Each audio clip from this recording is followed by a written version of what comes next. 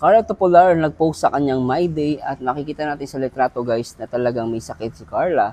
At based po dito sa mga comments, nabasa ko po na si Carla ay mayroong UTI.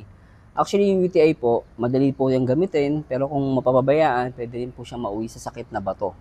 No, kaya or sa kidney, no, kaya kailangan ingatan ni Carla. At the same time, natuwa din po ako na marami mga supporters ang nagbigay ng worries at talagang nag-aalala sila kay Carla at alam naman natin na talagang maraming supporters si Carla at maraming nagmamahal din. At the same time po, gusto ko rin pong ibalita sa inyo na yung first vlog ni Carla Topolar po, road to 800 views na po, 800k views po. So dapat magtulong-tulong tayo na i-marathon po yung video ni Carla para yung first video niya po ay tumaas ang views.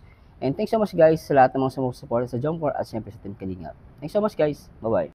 Carla Topolar nag-post sa kanyang My Day at makikita natin sa litrato guys na talagang may sakit si Carla. At based po dito sa mga comments, nabasa ko po na si Carla ay mayroong UTI.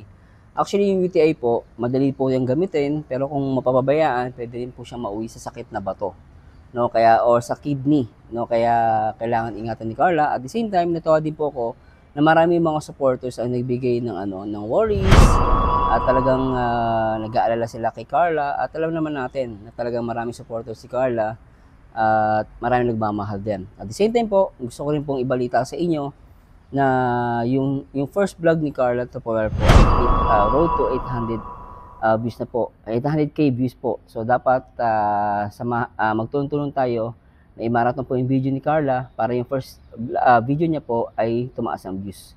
And thanks so much guys sa lahat ng mga sumusuporta sa Jomcar at syempre sa Team Kalingap. Thanks so much guys. Bye-bye.